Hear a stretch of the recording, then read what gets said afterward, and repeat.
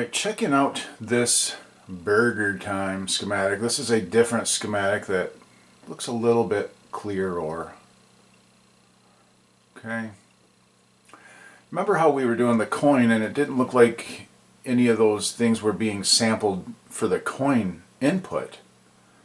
Well, that's not how this works. This is another oddball looking circuit that I've never seen before in coin operating. We have here's the coin inputs. Let's blast it bigger, right? Here's your coin inputs, and they come down through here, right? You got coin 1, coin 2, same circuit, identical circuits for both the coin inputs. Okay, and when it goes when it goes low, it's triggering this 555 timer, which then sends a pulse through pin 3 of this timer, which clocks a 74, right? And then you have a LS02 NOR gate, and that's connected to, both the inputs of the NOR gate are connected to either one of coin 1 or coin 2 circuit, right? So if either one of those is triggered, it'll trigger the 555 that is associated with that input, that coin input, which in turn will trigger the flip-flop, which sends a high pulse to, let's see, 5 is regular, yeah, it sends a high pulse to this guy. And what an LS02 is a NOT OR gate. And the easy way to read the function of a gate is to first understand the symbol. This is an OR symbol, right? And how the engineers will draw this is they will say, we need our needed output is low, okay? And that's obvious here because the output is non-maskable interrupt to the CPU. So if this is an OR, if either of these, either OR are a 1, the output will be 0. That's all they're looking for here. Either OR to be 1. To get our desired 0 here, to trigger the CPU's interrupt, right? Non-maskable interrupt means the CPU has to acknowledge this interrupt immediately. And what that does, and you can see when a coin, remember how we saw the coin would trigger the 367s being sampled for inputs? That's obviously the routine that the CPU goes in when it gets this interrupt. That's how that works. So that's actually working the way that it should. As soon as the coin is triggered, then you start seeing those 367s being sampled. That is the subroutine that the CPU is going into. You know, the non-maskable interrupt interrupts the CPU goes to the NMI vector, whatever that may be. I don't know, like 6502 or Z80, I don't know that structure of the CPUs. I just have a generalized knowledge of how they work. So the NMI will come in and it'll go to the NMI vector that'll start a subroutine, and that subroutine is obviously sampling the 367s as part of it. That's the address that it puts out. See, the CPU will put out an address on its 15 address pins that will be decoded to do what the desired function is. You know, that's address decoding. So, yeah. And then we have these 04s. What's that doing? Our coin goes low to activate it. So we have a high sitting on this while it's not being activated, and that's 367. Okay, so when it goes low, it'll send a high to this data bit. This is a 367, that's a data bit. Yeah, that's just some CPU magic, some data bit magic there. Really, we don't really care about that, to be honest. So, yeah, that's how that works. A lot of times you'll see a 0, 0, which is a not and. You'll see that drawn as an OR gate with two inverted bubbles here and no bubble here, which will mean if either of those are a 0,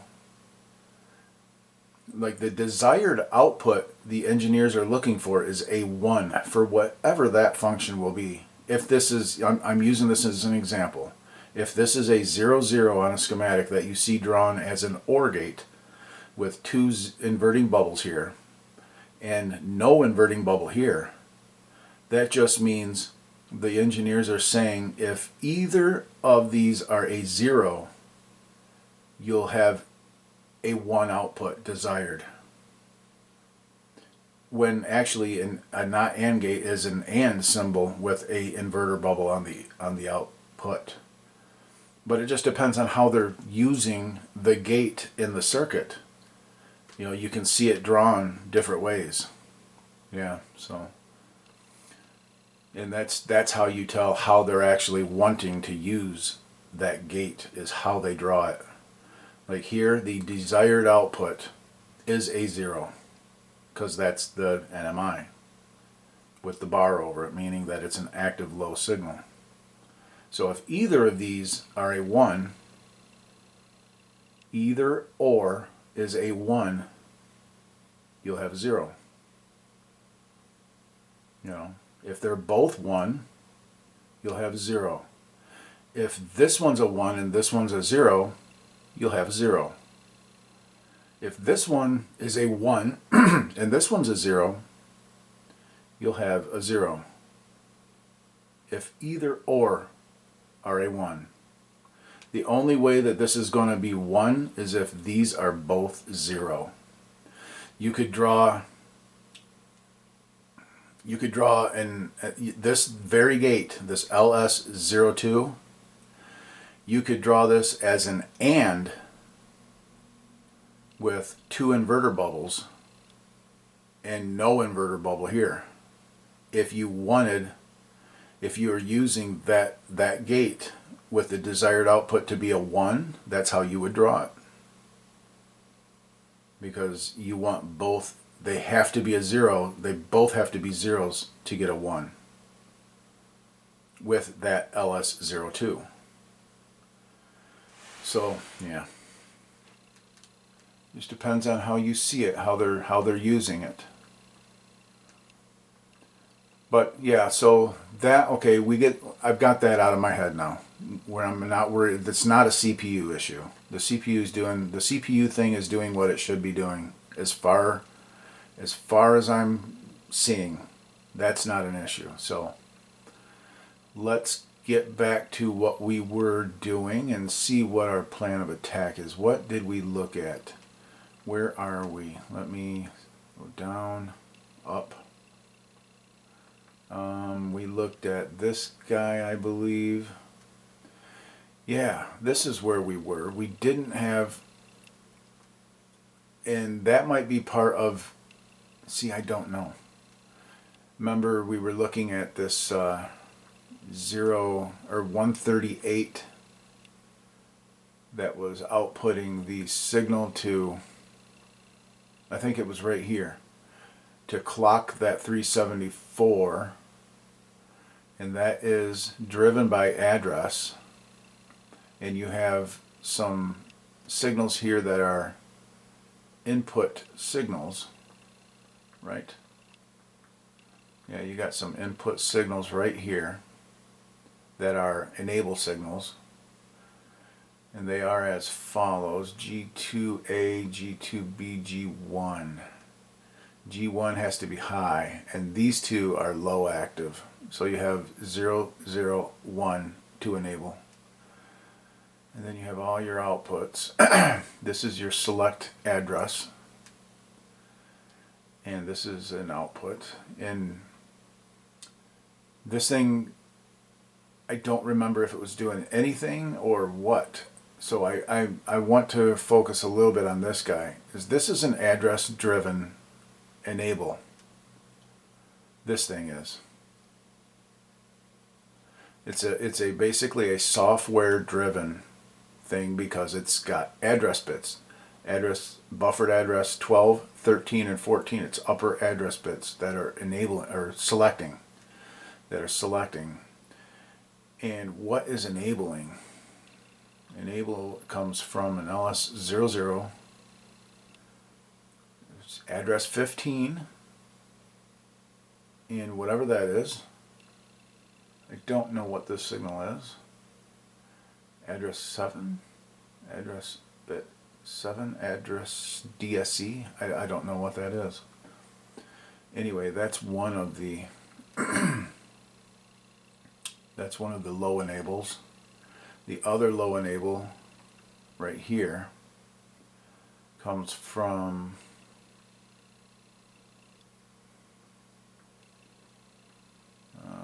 that is a low enable as well. It comes from this 04, which comes from this 367, which is the buffered read-write, and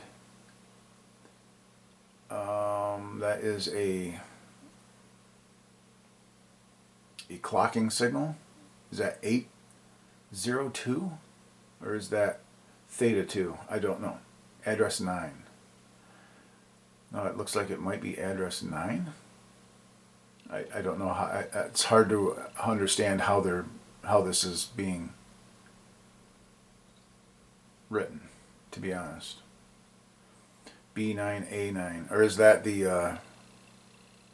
That must be the pin that it goes through. Yeah, that's what that is. That's the pin on the connector that it goes through. It's not address 9. That's like connector A, pin 9. So yeah, that is the enable.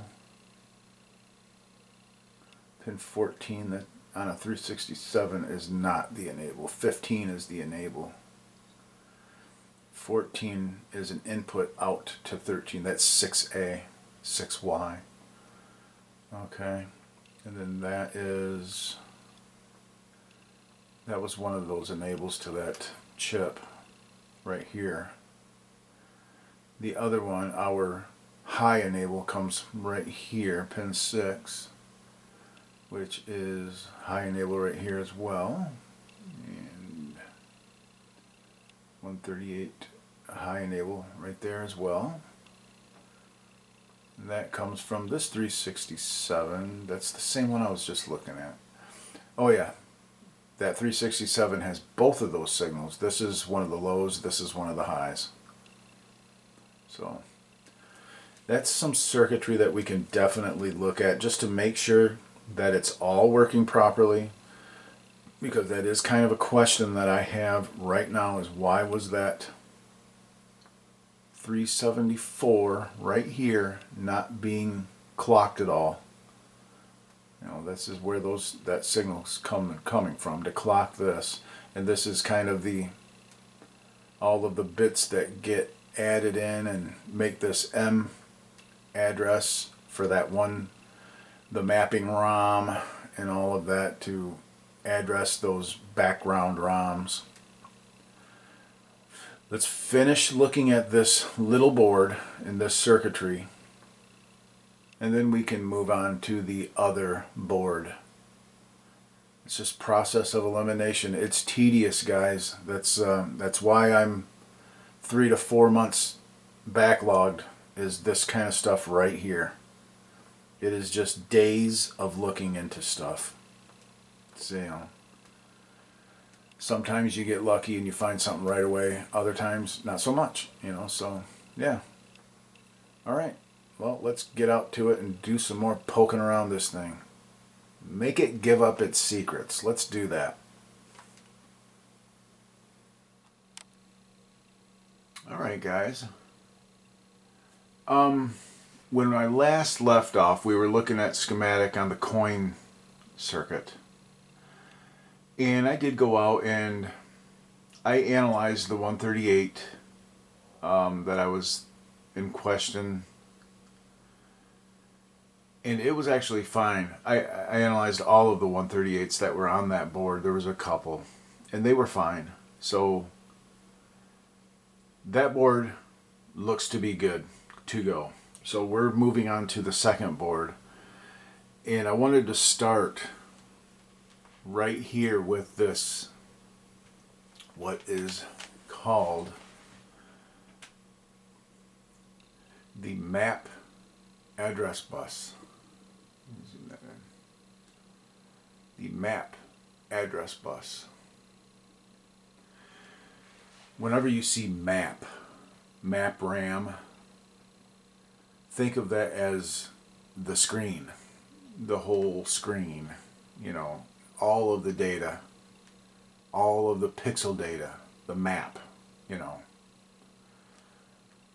We have the beginnings of that map address right here with these 153s, and they are muxing horizontal lines and lines from the CPU 7 address bus. So it's addresses and it's lines. So the CPU can write data in, and then the hardware takes over, basically, is what it looks like.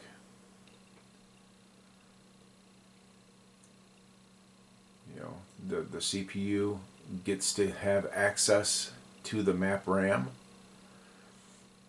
and is probably writing in data to those map RAM, and then the sync lines take over and read it out of that RAM, placing it, you know, doing what it needs to do with it. And that's all of these muxes. There's quite a few of them, you see. It's just some control stuff here. And we have the vertical count bus. We have the address bus. We have the probably horizontal count bus. You know, yeah. Horizontal counts. And it spits out this map address. And the map address goes to these RAMs. This RAM is only 2 bits. These two RAMs are 4 bits. So we have 0 through 9. We have 10 RAM address map RAM data out of these 32114s. So we could have an issue here, and this stuff comes down, this RAM map data comes down through here, and it's driven to this data bus. Actually, the data bus, this is the CPU data bus, is actually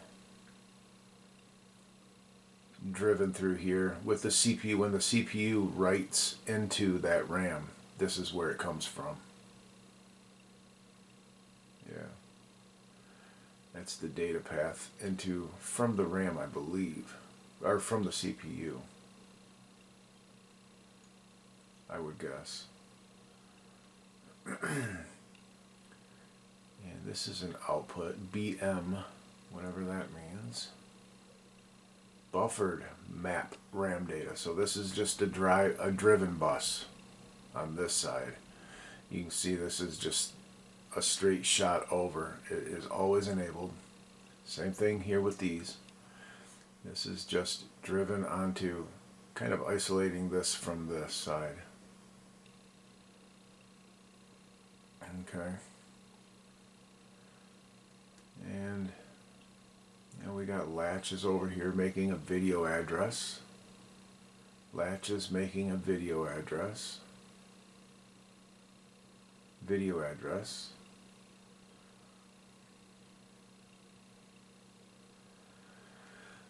Okay, buffered map RAM data bus comes over. And 4 bits are dumped over into this 283 for position counting. It comes up over here, another 283 position counting.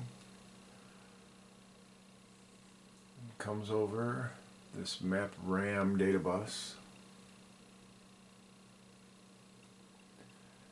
Comes over here and inputs these 163 counters, and then we have our line buffers over here. These are 2125 line buffer RAM. They're picture data buffers basically, and that is basically like a circular circuit. And I'll show you that here in a minute. Whenever you see these RAMs like this, 2149s are another one that you'll see on boards. These are all line buffers, and they buffer the picture data, pixel data.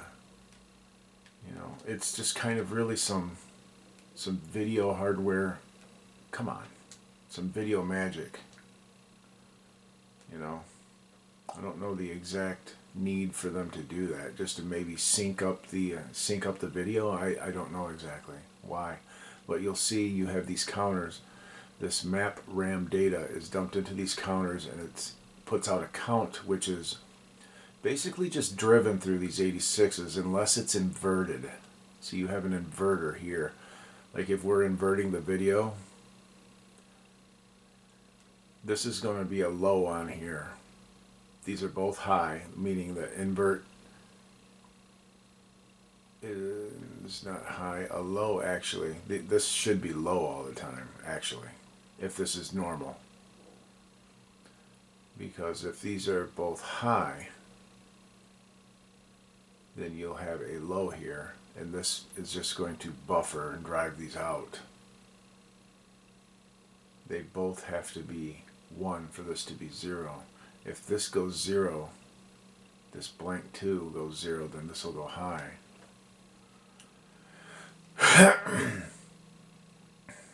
You know. And then this will be inverted. I don't know. Let's not get into that right now.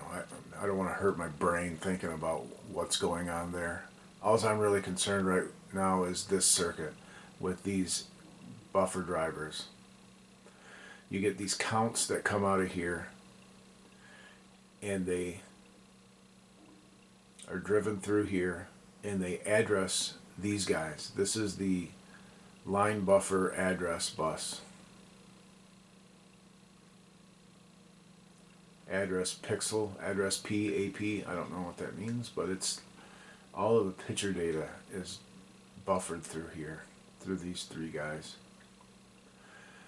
And whenever you see these, how you can tell if this is a circular circuit.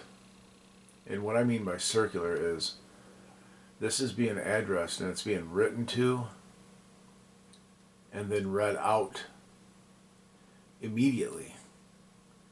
And then it's just driven over here. When this is reading, when this is on R, you have the data bit coming out of here.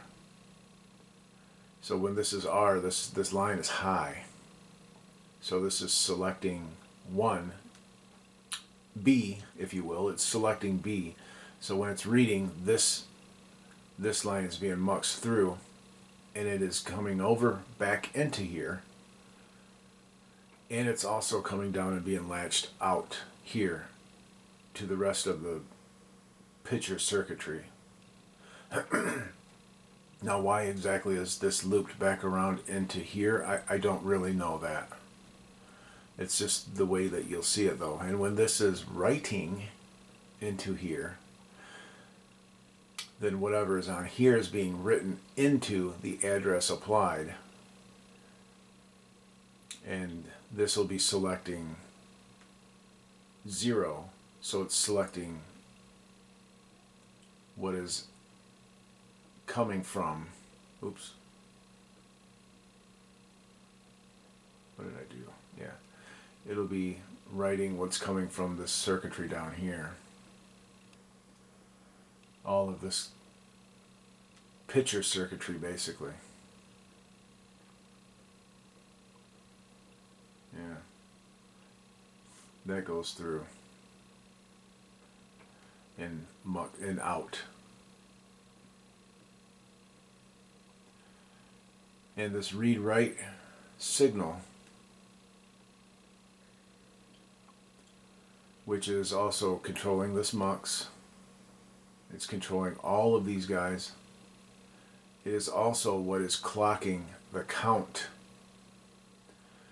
So at the clock's count, for every count of the clock, for every one cycle of the count, you're getting one read-write, or one write and one read cycle. And what I mean by that, it's kind of hard to imagine. You have one pulse, right? You have a pulse, up and down, up, down, over. That's one cycle. That's one clock cycle. And in that one clock cycle of the count, you have one read cycle and then one write cycle. So what this is doing, it's circular. It's writing into the RAM, and then it's reading out from the RAM, and it's just continuing, and then it's going back around and back through the whole RAM circular circuit. It's easier to visualize than it is to explain. I'll tell you that right now.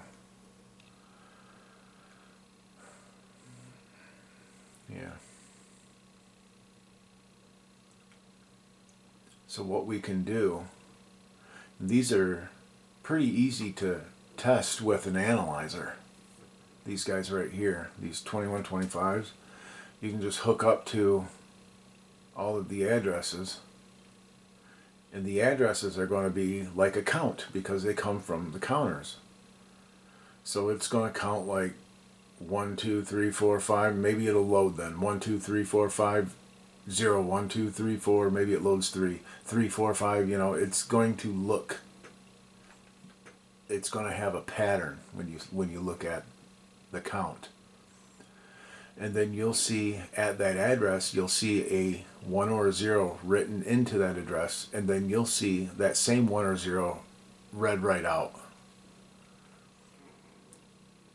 So that's what it'll look like. The input will match, the output will match the input, but it will be like half a cycle delayed. Yeah. So we can definitely look at all of those. We can look at these counters, because right now I really believe this problem is going to be in this circuit somewhere.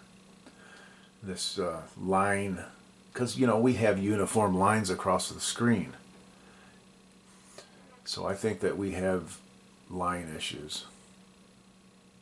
I think that's our problem. Line buffering issues, line RAM issues. This is where I want to start anyway. I think maybe I should start with, you know what, we can start at the beginning of this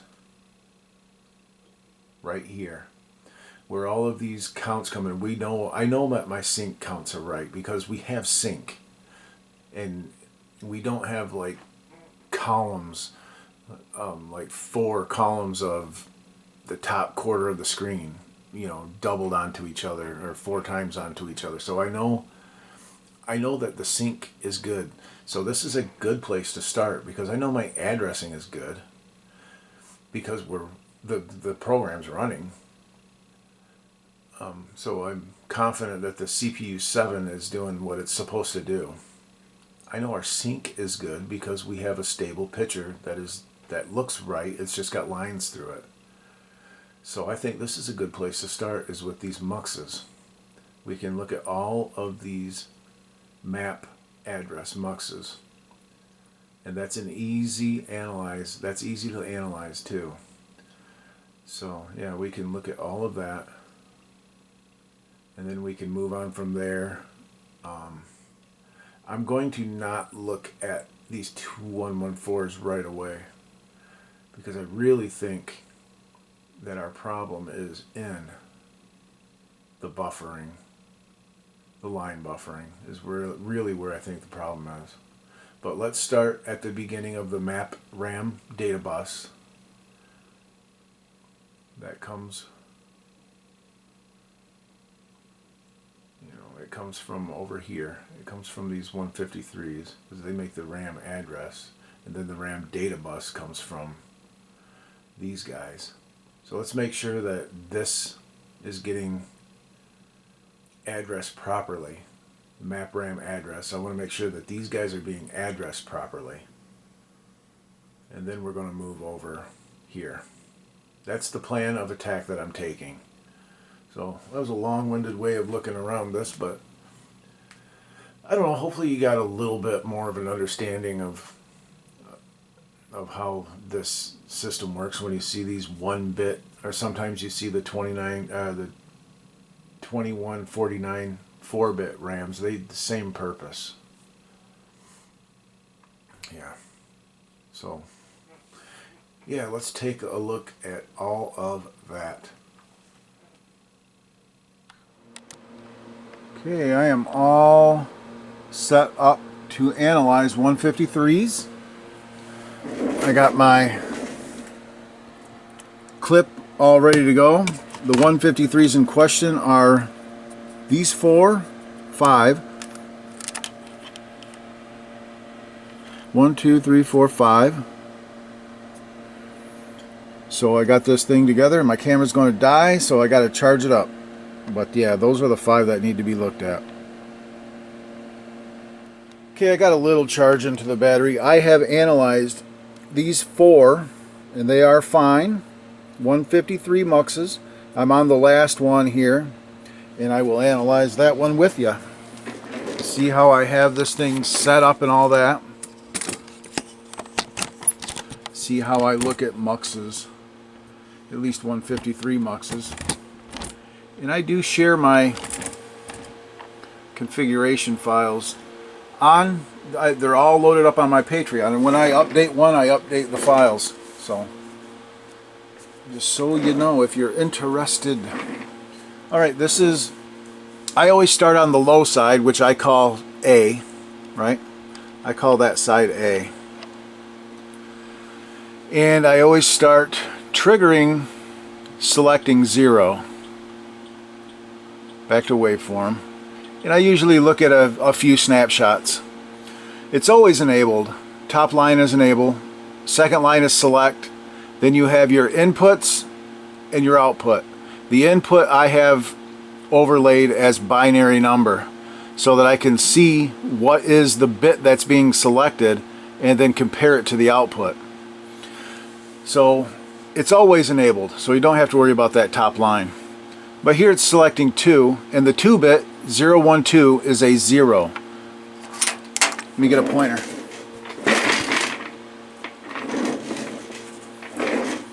It's selecting 2. The 2-bit 012 is a 0, so it's a 0. Then it's selecting 0. The 0-bit is a 1, so it goes high for that duration. And then it selects 2. 012 is a 0, so it goes 0. It stays 0 here. And then we're selecting 0. It's still 0. It stays 0. Then we're selecting 2. 012, which is 0. So it stays 0 for that little bit. And then stays 0. And now we're selecting 0, which is a 1, so it goes high. So that waveform is proper. Now I do it a couple of times. Just get one more single shot and look at it.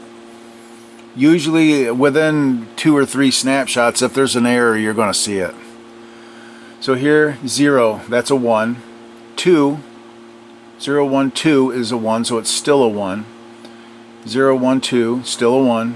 0, 0, so it goes low for that duration. And then it's selecting 2, which is 0, 1, 2, it comes back high right there.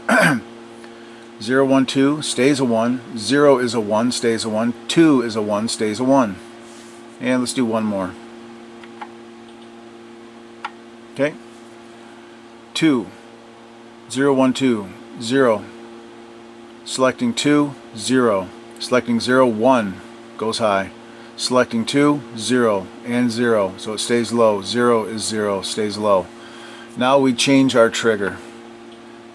Move on up to the next number. So now we're going to choose selecting 1. See what it does when it's selecting 1. Okay? It doesn't select 1 that often.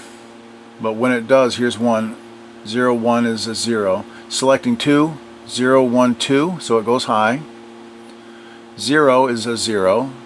2-bit is a 1 here. You can see that's how it's muxing that waveform. Now it's selecting 2. 0, 1, 2 is a 1, so it goes high right there. And it stays 0, 1, 2, it stays 1. 0 is a 1, it stays 1. So that looks good. Do it one more shot. Here we have 2, 0. Let's stop it.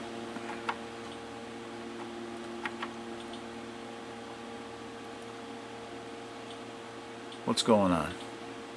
Alright. Now we have, it's selecting 2, 0, 2, 1, 2, 0. It's still on 1. That's what the trigger's still on 1. 2, 0, 2, 1, 2, 0. This whole time it's everything's 0, so it's going to, the output's going to be 0. 2 is still 0. Now 0 is a 1-bit, so it goes high. That's how that works. So now we change the trigger. Let's go to 2.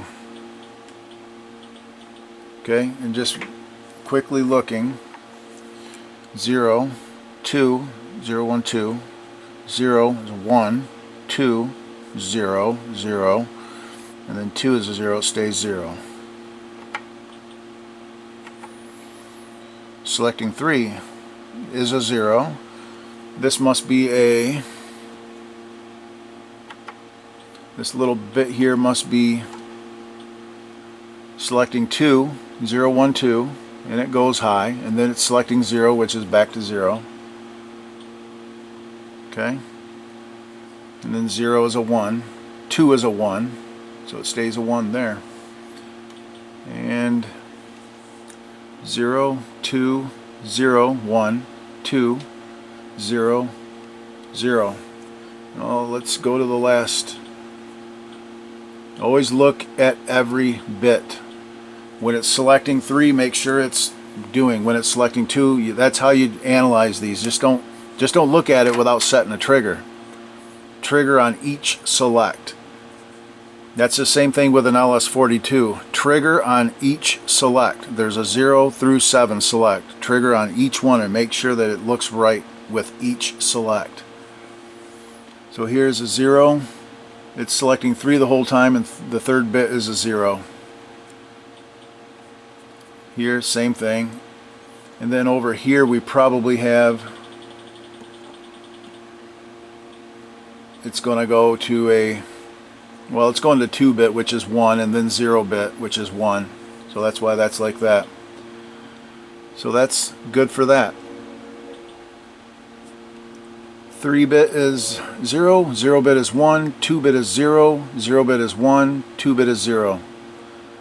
Now I move to the low side, or the high side of the chip. So I erase all this, go right to overlay, enable B, select, B input, B output. Set my set this back to 0, my delay, and set my trigger back to bit 0. Now I'm ready to analyze this, the high side of this chip. 2, 1, 2, 0, back to 1, 2, and it's going to be 0 on out. 3 is a 0, 0 is 1, 2 is 1, 0 is 1, 2, 0, 2, 0, 2 bit is a 0, 0 bit is a 1. So that's good. Now move on to the next bit. 1. Next select is 1. 1 is a 0, 0 bit, 1 bit, 0. So okay, everything else should be a 1. 2 is a 1, 0 is a 1, 2 is still a 1, 2 is still a 1 here. 1 is a 0, 2 is a 1, and 2 is a 1 here, 0 is a 1 here, so it stays just like it should. You have to wait for it to select 1. Sometimes it doesn't do it that often.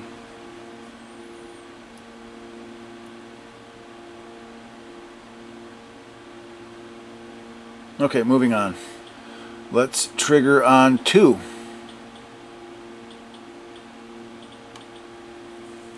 2 is the 0 bit is 1, so it's high right there. And then it goes to 2 bit, which is a 0 here. The 0 is a 0, 2 is a 0, 0 is a 0, 2 is a 0, so it's 0 the whole time. Here we have, it's alternating 0 and 2 select. 0 and 2 are both 1, you see. So it's high the whole time. And then here it's, the 2 bit is still a 1. Here we have the 0 bit is a 1, the 2 is a 0, 0 is a 1, 2 is a 0, everything's a 0. Now we can move on, that looks good. 3. 3 is a 0 and it's a 0 the whole time. 2 is a 1, 0 is a 0, 2 is a 1. Yep, you see that correlation there, how that forms that waveform? 2, 0, and 2, the 0 bit and the 2 bit are 1, so it's a 1 the whole time there. And then 3 select is a 0, so it's 0 the whole time. These muxes are all good. They are not our issue. So we're going to move on down the line to the next possible suspect.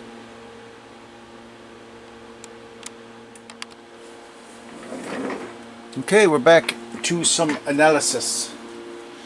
I'm analyzing the two counters. If you remember, they take that RAM, that multiplexed RAM addressing or whatever, and that goes into a count, and then that is spit out to address those line RAM. I'm analyzing those two counters right now. And this is one snapshot. If we do another one, you'll see the way this is set up. You have a clear line up top. And let me get my pointer. We have a clear line up top. Enable is pins 7 and 10.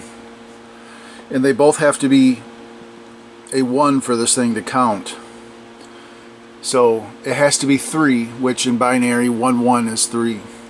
So as long as this is 3 on the clock, the rising edge of the clock, it'll count. We have here load. Load is active low. So there's no loading going on right here. And this is just the 4-bit input, and this is the count. And on the bottom is the ripple bit. The ripple bit is active when 15 is high, or 15 is present on the output. So let's take a look. Alright, here's kind of cool. There's 15 on the output, so this is basically the restart of the count. Here's 15. Your ripple bit is high when you have a 15 on the count, the output. And then it starts, and we're counting the whole time. It's 3 up here. There's no clear. There's a load right here, but it's loading 0, which it was going to count to 0 anyway. So that's kind of irrelevant. But on each rising edge, you get the count. So here's 0, 1, 2, and it counts along with the clock. 0, 1, 2, 3, 4, 5, 6, 7, 8, 9, and then we can move over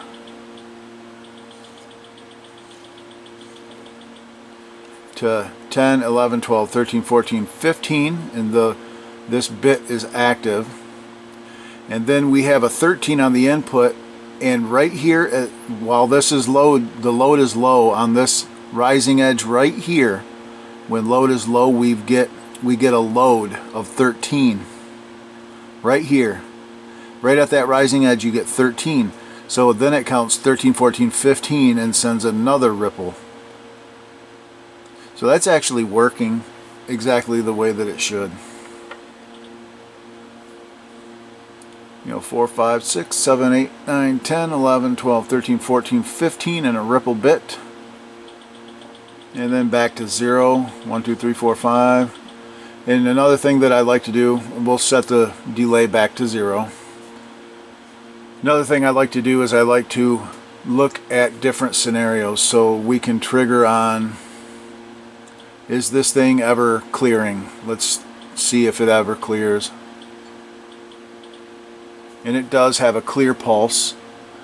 And on a clear pulse, this thing is an asynchronous counter, which means it will clear at the clock pulse. Now a 163 is different in that it is synchronous with, or it's asynchronous with the clock. This one is synchronous with the clock. 163 is asynchronous, which means it will clear as soon as clear goes low, whereas the 161 waits for the clock pulse when it's low to clear. And you see that here. If we zoom a little bit, make this a little bigger, and then kind of move over, you can see it's low. Our count is 11, 12, but it doesn't clear until this rising edge when clear is low. So it goes to 0. Now if this was a 163, this wouldn't have counted to 12, it would have cleared right there. So that's the difference between a 161 and a 163.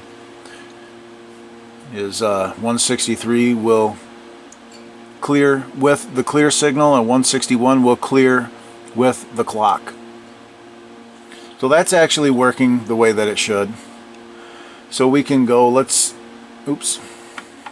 go back to the trigger and let's clear that, and let's go with a load pulse. Make sure it's loading properly. Okay, let's set our delay back to 0.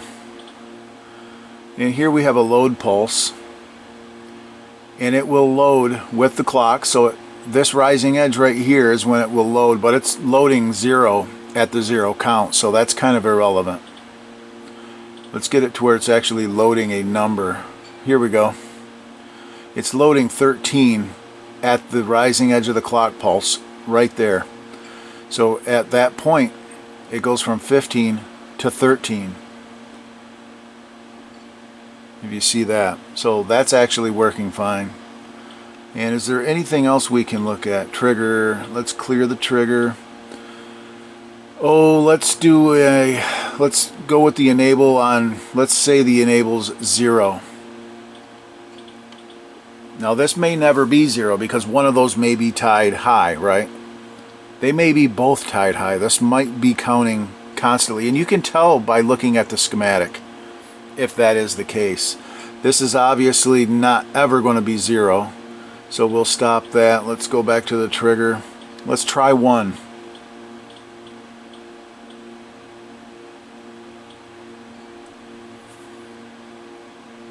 And it's obviously never going to be 1.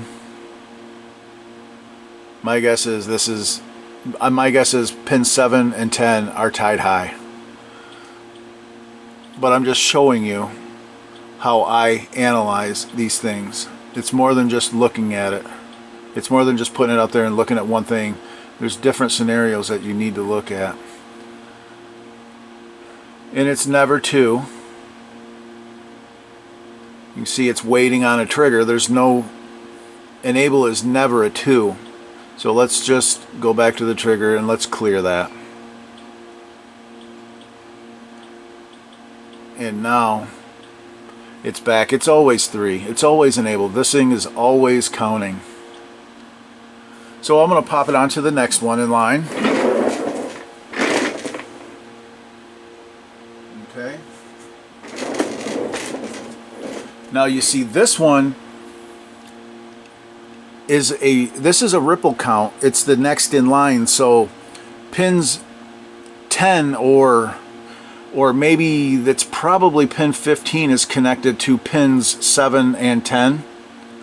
So the ripple is connected and enabling this next count. So this thing counts after the first one counts. The first one counts and terminates and then activates this one to count.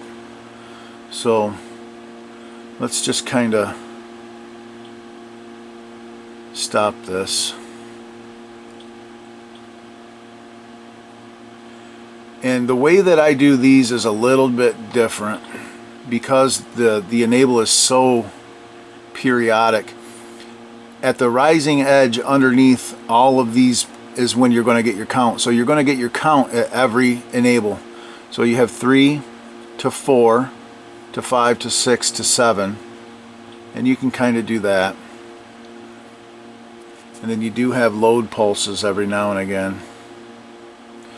But when it's like this little itty bitty pulse here under 15, you'll only get that ripple when you have a 3 up here on the enable.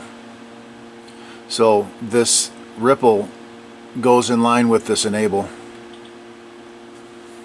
5, 6, 7, 8, 9, 10, 11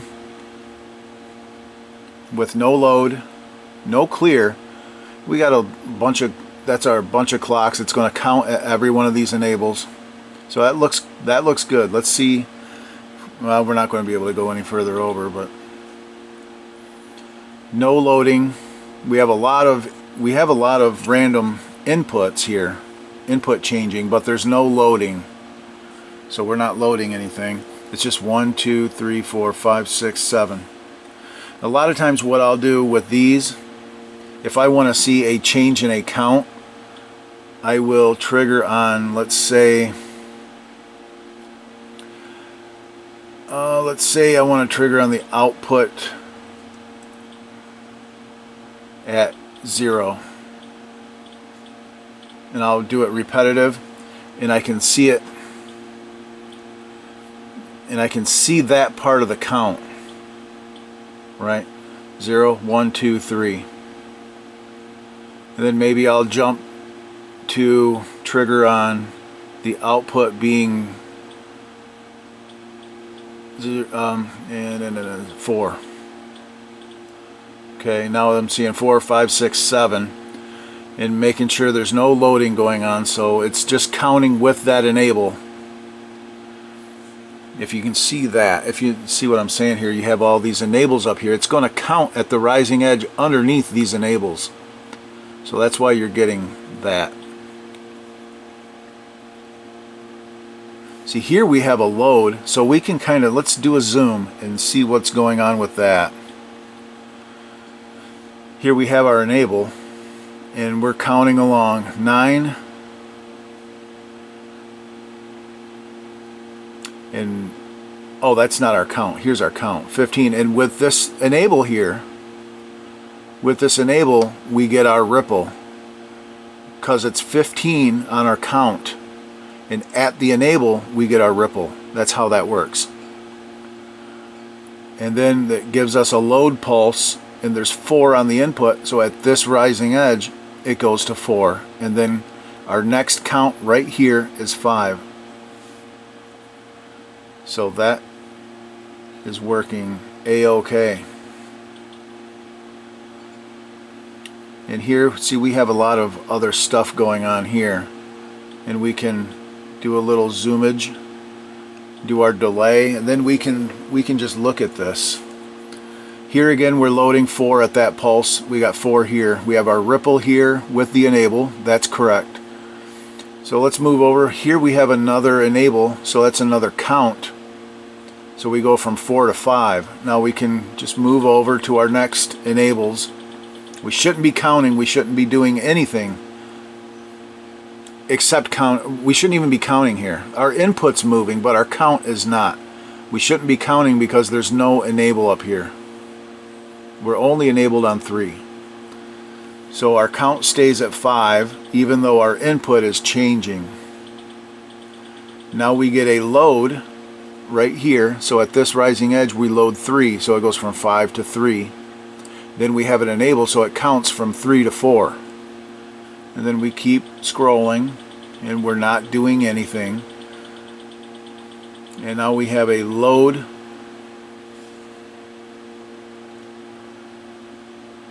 We have a load here with the rising edge, so it loads 3. It goes from 4 back to 3.